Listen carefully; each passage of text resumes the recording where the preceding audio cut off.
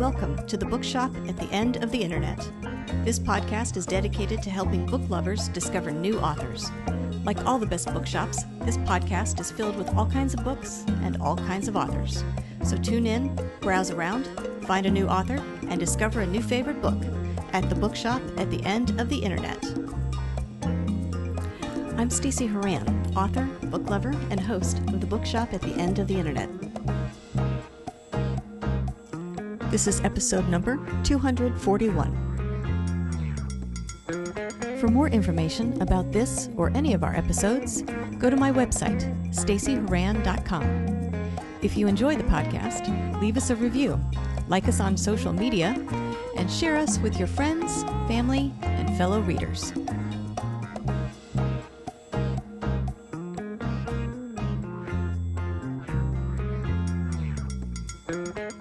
In today's episode of the Bookshop at the End of the Internet, I'm chatting with author Richie Billing about his new fantasy novella, Together We Rise, a story about revolution against a corrupt government in a world where life has become a fight for survival. Richie took inspiration from real-world events and the plight of many around the globe. This story is told from multiple points of view: workers, healers, children, police officers, criminals, and so on. Each chapter follows a different character, and the story unfolds like a baton relay race, with each character handing off to the next, chapter by chapter, until we see the entire story unfold. Richie also used AI to create a soundtrack to accompany this novella. In addition to his fiction writing, he is the author of A Fantasy Writer's Handbook and the host of the Fantasy Writers Toolshed podcast. In this episode, I'll chat with Richie about his writing journey, his use of what he calls gray characters, and why his advice to any writer is to be a sponge, as well as a few other things, coming up.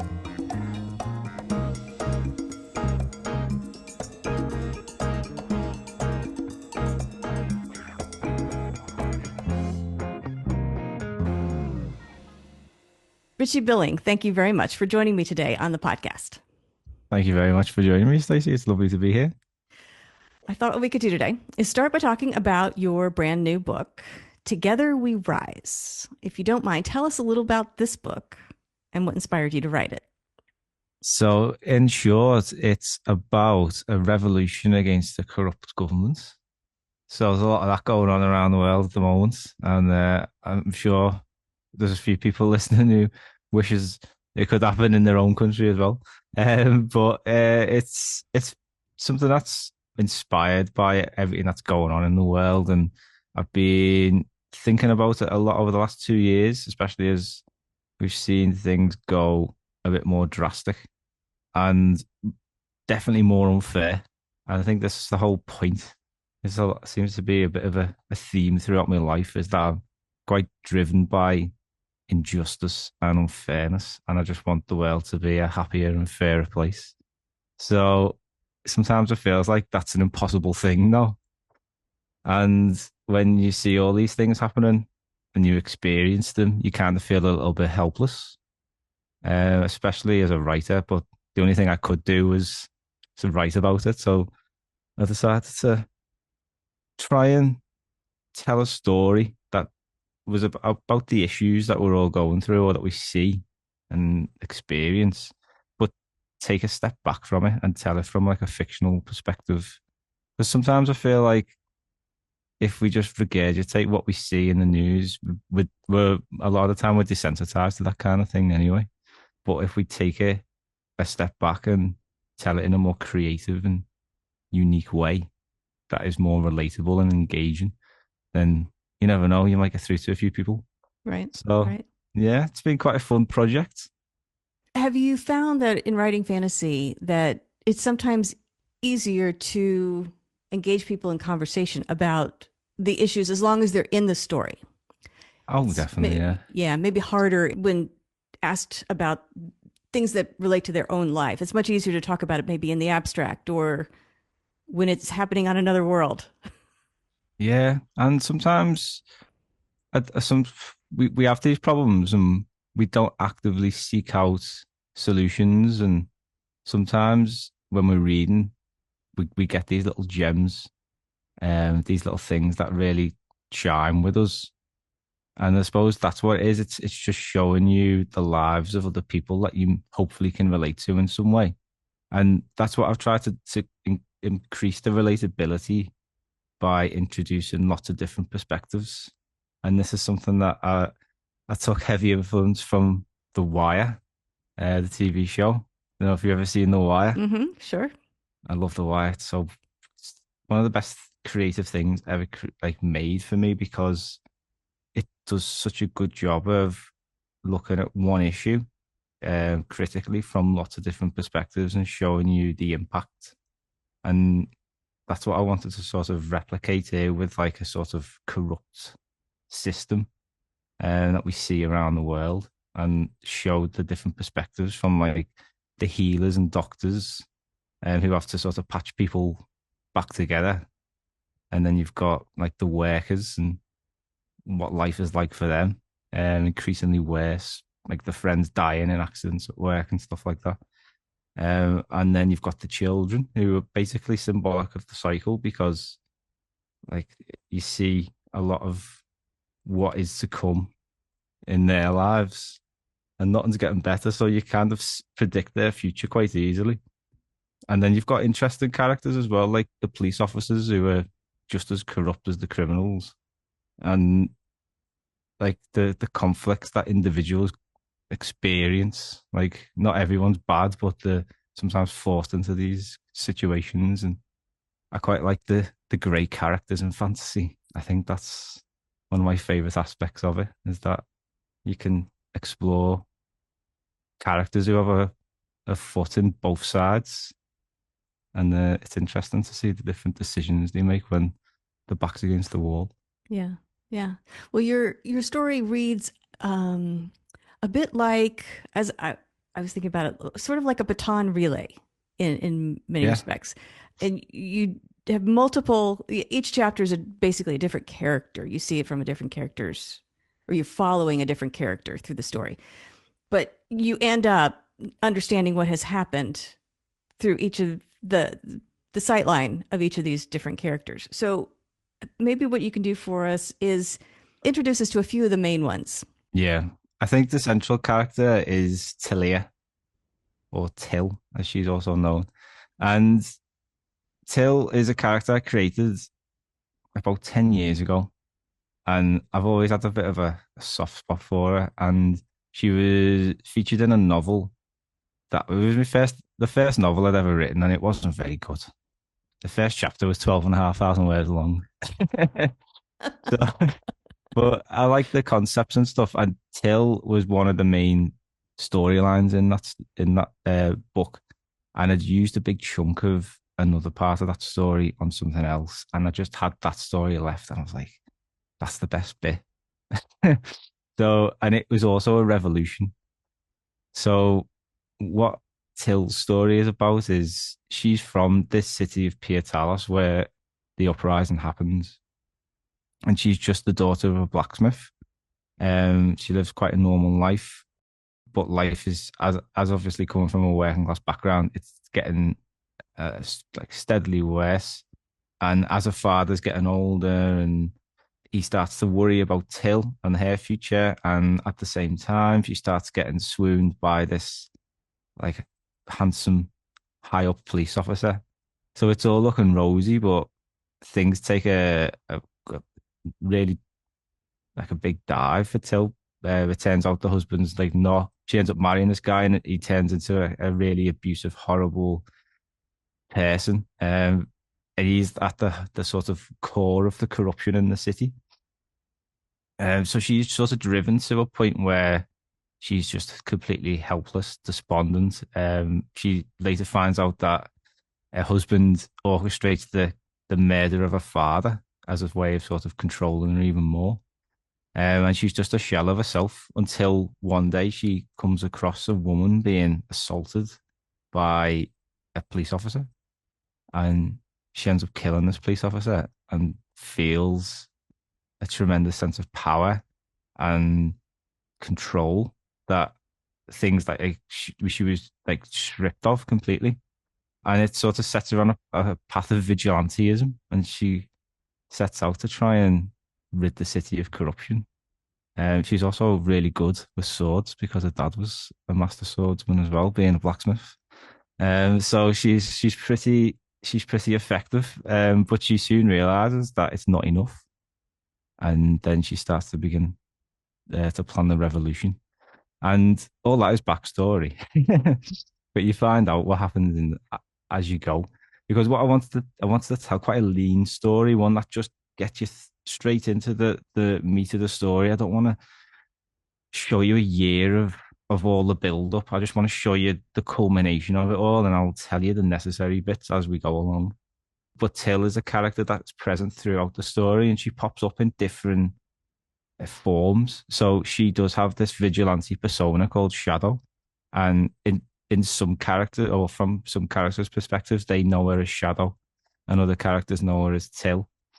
And then there's a bit of a reveal at the end where I didn't realize that I'd done this, but like people commented saying that was a really good reveal. That Shadow was, oh, I've spoiled it now, but I didn't know it was a thing anyway. So, um, but yeah, so she's the central character, and then you've got all the people that she sort of brings in to help. So she's got an old trusted advisor called Dice, who's like an old healer, and he's lived through a revolution before when they got rid of the king, and then they've got this government in which is sort of corrupted over time, and then they're going to overthrow that now. So, and then we've got Kishto, who's the police officer, who's very conflicted, and he has a choice to make between turning sides, basically. And then it does get very fantasy-ish at the end. And what I love about fantasy is it's just a big debate about good and evil, and looking at the different shades of it. And my whole sort of point in writing fantasy stories is to explore what is the nature of good and what is the nature of evil. And in my fantasy world, I see this as good is life and evil is nothingness, because they are the polar opposites, and they're in an endless struggle for control. And it's sort of that battle sort of filters down on lots of levels like a big onion. And the level that we're concerned with here is the human one, and the sort of decisions that people make and things like that. So in this last chapter, we get to see more of the sort of the more evil forces at work behind, like who's orchestrating like this corrupt system and ruining people's lives and turning people against each other. Why is this happening? Who's doing it? And this is what you see at the end. And you get to see the forces of good. These are like hidden forces who are constantly fighting each other and trying to stop each other, but the everyday person doesn't see any of it. So it's quite a fun one. I didn't want to throw too much fantasy in, but at the same time, you run the risk of not putting enough in, and then you don't really please anybody. Well, let's talk a little bit about the setting, because the picture that's painted is one of an environment that's really dire. Life is hard for these people. Yeah. What was important to you when you were creating? Because I'm sure the whole world is built out probably in your mind. What was important for you to capture, given that you were trying to write such a, as you say, a lean story? I think the main idea is that this isn't a life. This is a fight for survival every day. And it's the reality for a lot of people in the world. And at the same time, I wanted to point out that is like, in some cases, the way people have to live their lives, like there's there's other ways that it can be done. And the way we do it is a choice. And that's what I wanted to show here. This is deliberate. And it's basically like people pitted against each other, and what the extremes of this society and the system has turned people into. And I think one of the best characters that illustrates this is a character called King, and he's a drug pusher, and he is the epitome of the system, because he only cares about one thing, which is money. And he can't remember most things, but he remembers who owes him money, and he only cares about the bottom line. And the reason why he's like this is because he grew up with nothing. And growing up with nothing, the only thing he ever wanted was to be comfortable and to have money. So that's why he's so driven to to be like that essentially. And he doesn't care about anyone else.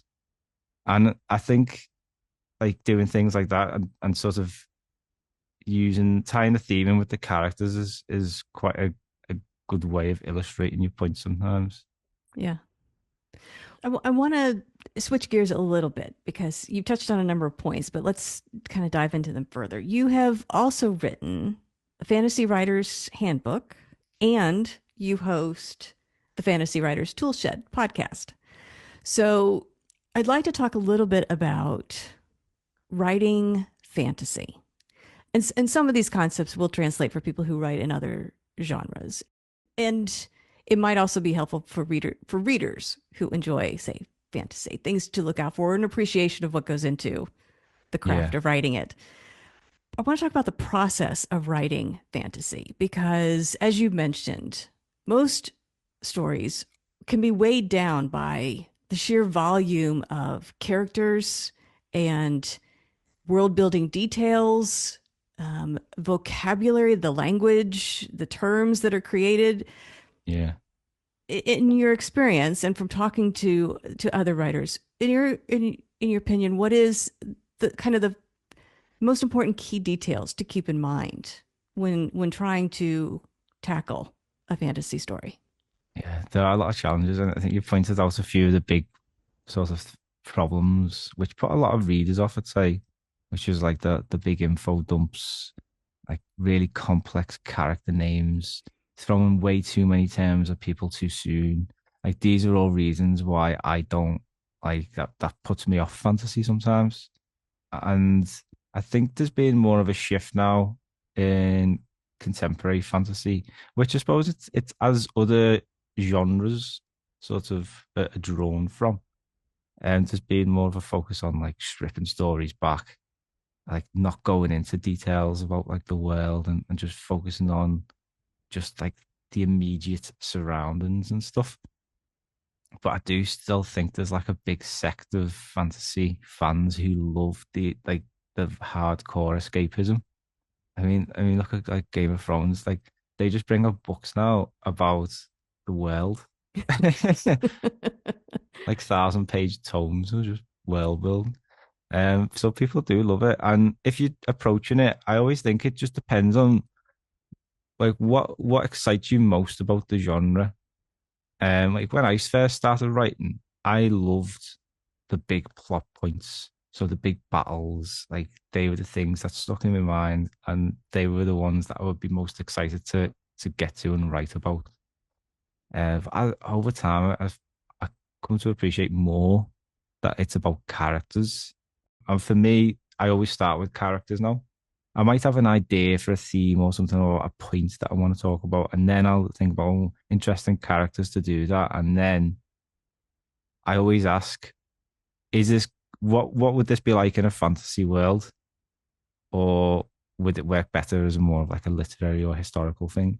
So if I go down the fantasy route, it's then like what kind of a world or what kind of races would work best. Like I've just been through, I don't know why, I went through a phase of just writing stories about goblins.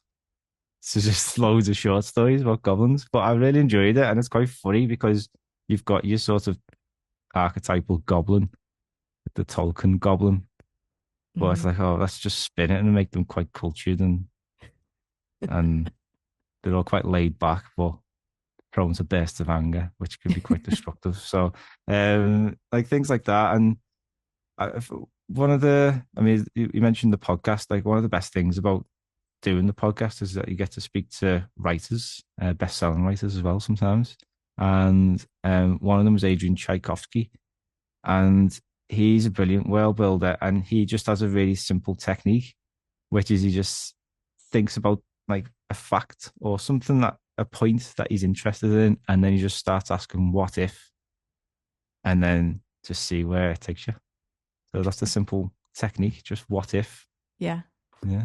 I imagine there is a balance that needs to be struck, or a fine line that many writers walk when writing these kinds of stories between spending time on the characters, developing them, letting you see sort of the story at the micro level to really Yeah. feel it and appreciate it, but also needing to hit those big plot points, get through that battle and traverse that continent and do whatever needs to happen Yeah. in order to advance the story. Because I'm sure it's difficult not to get bogged down in the small story, the intimate Yeah. story, but also not to spend so much time on these big picture things that you lose the human element, Yeah. the quote unquote human element in the goblin story or whatever you're writing, right? So Yeah. how do you keep that in your mind? How do you address that? Do you use a post-it note? Is there an alarm that goes off? Is it just you read the chapter over and think there's not enough balance here? What kind of approaches have you seen? I mean, I tend to, when I'm editing, I tend to map the emotional journey of the characters. And if that journey is looking flat or there's not enough going on, then the character's underdeveloped. And essentially, what I mean by this is we talk a lot about this when I'm sort of teaching writing and stuff like that. And it's just, all right, this character does this, and then this happens. And then, like, how do they feel about what happens? And then, how do they respond? So, a lot of writers might do points one and two, and you do, yeah, might do a really good job of it, but it's flat because there's no emotional response. So that's what three is, and then four is basically a story. So it's like, this is what's happened to me. Right, I'm gonna do this now. And just going through and following the characters and just making sure you've done that. I think one of the problems is that you pick too many characters, and if you have too many central characters, for every central character that you add, you're looking at maybe 40,000, 30,000 words. So if you've got four main characters, you're going to be writing like a 200,000 word novel, unless they've got like shorter stories or what. So I'd just Unless you be kill them off in like careful. the third chapter, then Yeah, yeah. I think George R. Martin found that solution quite well. So, um, yeah, it's just something to be mindful of. Unless you're gonna, I mean, I like just dipping into characters' perspective sometimes. And I think this is where you can strike a bit of a balance. So there'd be like a character. I've just writing a novel at the moment, and it follows one perspective for about 60% of the book, and about 30% of the way through, we see this other character, and he becomes quite a central companion. And then them two characters split up, and then you start to get his perspective. So it's almost like on a need to know basis kind of thing. Everyone's different though. It just depends what your story needs. And sometimes I think having a range of perspectives is better because you can develop suspense more. You can leave a character in one cliffhanger and skip to another character, leave them in a cliffhanger, and then go back to another character. As far as like with Game of Thrones, when I wanted to see what was going on with Tyrion, be going through chapters about Arya and Bran and all that. I was just trying to get back to the next Tyrion one. Well, let's also talk a little bit about expectations of readers within fantasy stories. Readers have come to expect that when they see characters that or landscapes that involve men or goblins or magicians or fae or whatever, they have maybe a set of expectations that they think, okay, well, clearly the characters are going to behave like this. Is there pressure to conform to that, to do your research to understand what the lore is behind, what the history of the genre is behind these types of things, or is there really no pressure? You just write whatever you want. I think it's a bit of both. I mean, it depends who Mm. you've got in mind for your audience. If you're writing more traditional fantasy, then people's expectations are a lot higher of like they expect goblins to be like Dungeons and Dragons style goblins, and that's totally fine. There's like I say, we said before, there's a lot of people who love them stories, and I love them stories as well. Like they don't really appeal to me in terms of writing, and I think there's a lot you could do about with expectations. I mean, I was speaking to a writer called Kelcade, and she wrote a series of books where the it's a chosen one story, but the chosen one gets killed in like the first chapter.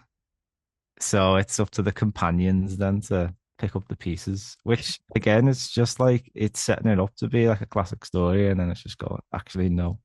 Right, right, Which is quite good. And I think fantasy, one of the best things about fantasy, I think it's the most liberating of genres because you can write any kind of story you want and just put it in a fantasy world. And as soon as you put it in a fantasy world, you've got maximum freedom then to do whatever you want. So, I mean, we've seen romantasy, and again, it's because you can take these classic romantic stories, and then do whatever you want with them.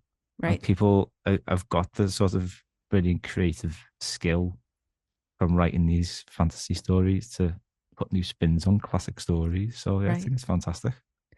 I'm curious how your writing has evolved because you've kind of alluded to that as we've been talking, but how has it changed from when you've kind of first started writing these stories till now?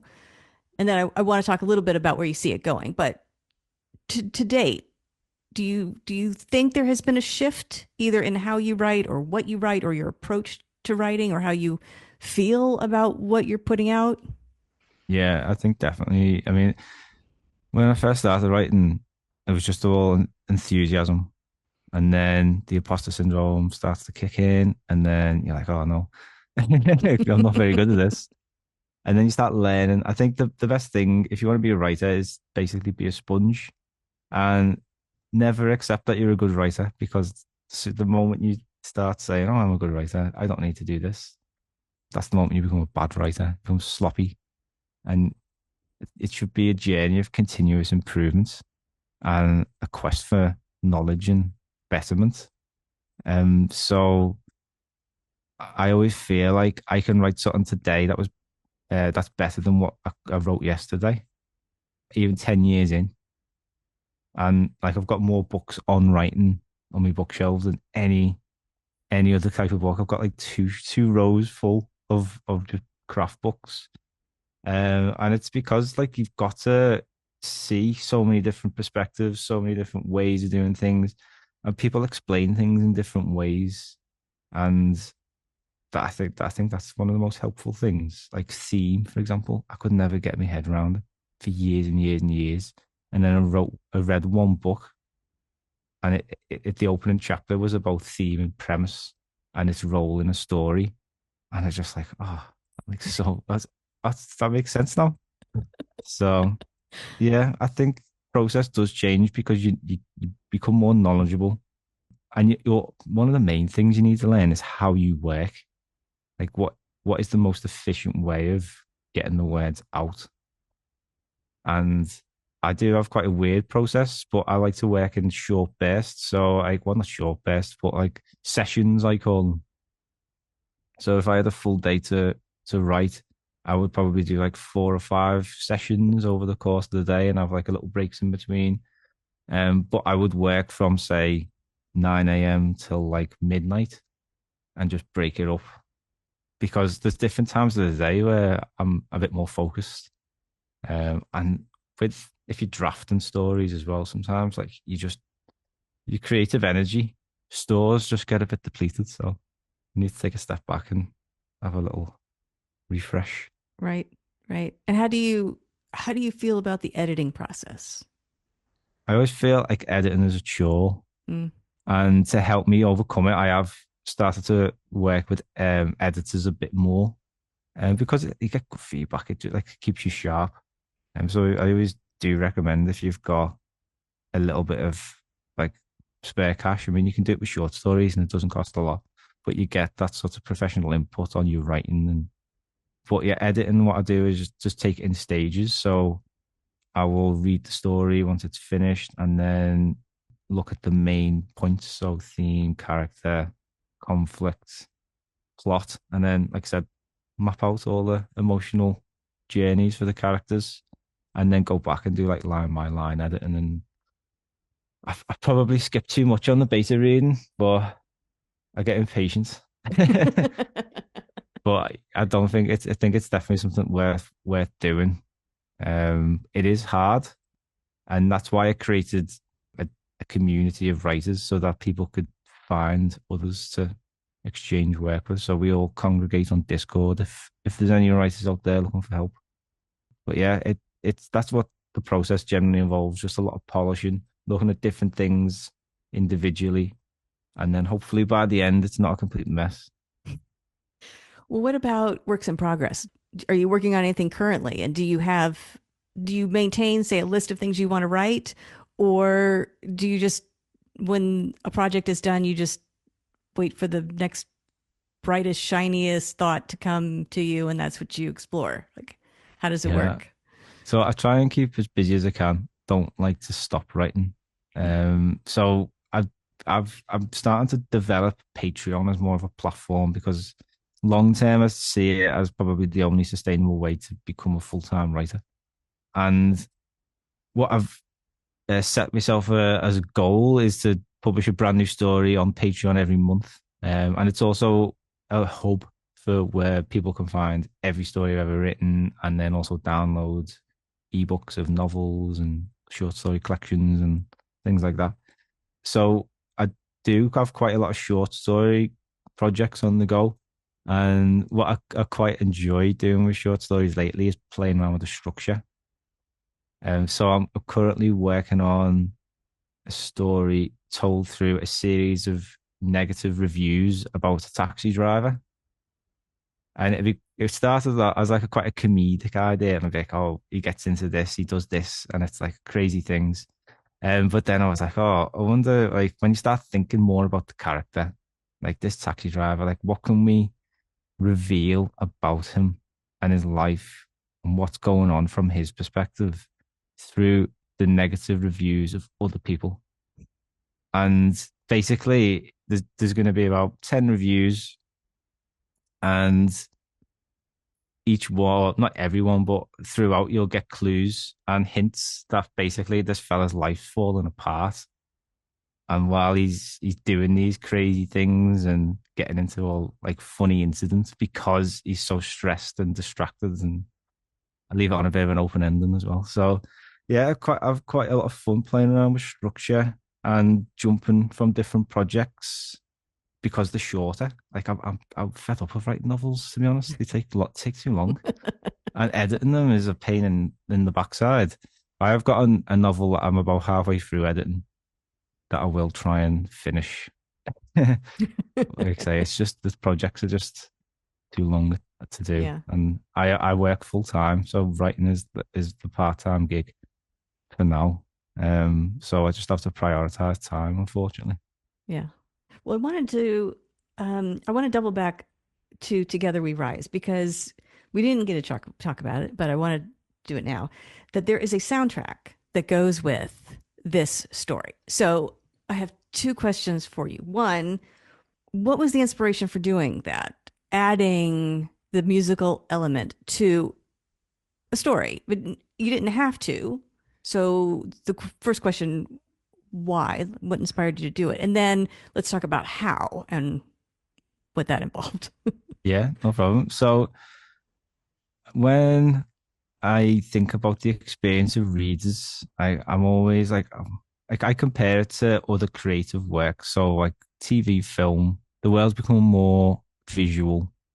And as we become more visual, we like to take a different sound related things as well. And I always just go back to Lord of the Rings, like the movies when I was growing up. Like the soundtrack was just it made it what it was and what it is.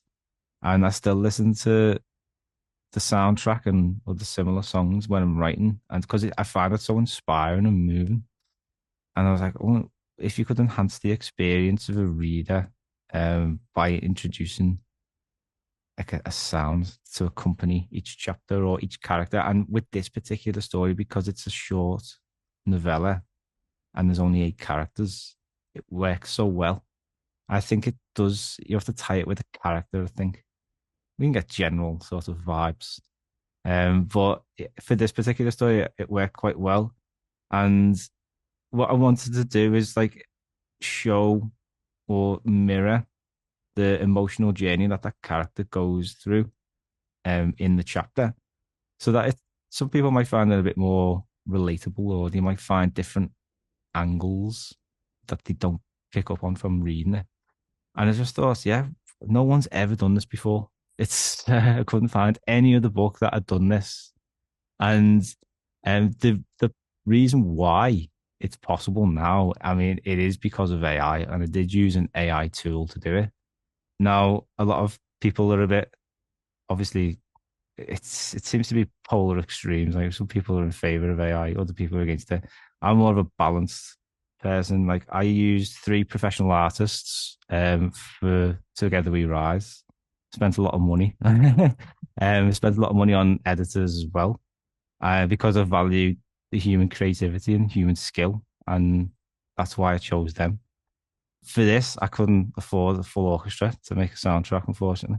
But I saw it as more of like a way to gain attention basically to the story, because no one's done this before and so many books are coming out. And I'm an independent publisher or independent writer. How can I stand out in a sea? And you've got technology at your disposal. And I made a few songs. I really liked the sound of them. I was really impressed. And I thought, why not just give it a go? Some people are going to hate it just for the simple fact that it's AI, and fair enough. I don't blame you. I've not used it to write the story or edit the story or any of the artwork. But for this one feature, I thought, let's give it a shot, try something new and see what impact it has. Good. So you are out there in a lot of places on a lot of platforms. So I always ask, where can people go to find you? And I think you have a list probably of all the places where you can find we can find you. But if people are interested in learning more about you, the podcast, your Patreon page, where should they go? You probably just Google my name because it's not very common. So, and you'll be able to find most things. But Patreon, yeah, just search for Richie Billing. That's if you like the sound of what I write, head over there. I mean, podcast is called the Fancy Writers Tool Shed. You'll find that on everything, wherever you listen to podcasts. So just have a little search for that. And richiebilling.com is the main hub. And you can find all books on there, short stories to read, and then you can also find lots of resources to help you with your writing, like fancy name generators and stuff like that. So, yeah, good place to go. And if people want to purchase a copy of Together We Rise, where should they go to buy it? It's available everywhere, all bookstores, Barnes and Noble, Amazon. You can get it on Patreon for cheaper than everywhere else, but that's only the ebook. But yeah, you can get it in paperback and in ebook. No audio at the moment, but I might see if there's any artists who are up for the challenge. Up for the challenge? Yeah, because it's 8 characters. It wouldn't be cool. I was going to say, it's either going to people. be somebody a very talented voice actor, or you need 8 different people. Yeah, get a full cast. That would be quite cool. Well, if people support me on Patreon, we can make it a reality. Very good. Very good. Well, Richie, I want to thank you very much for joining me today on the podcast. And I want to wish you luck with Together We Rise and all the other projects you have going on. So congratulations on everything you've accomplished so far. Best of luck with the rest of your writing journey. Thank you very much. It's been an absolute pleasure chatting with you. The Bookshop at the End of the Internet is a podcast dedicated to helping book lovers discover new authors.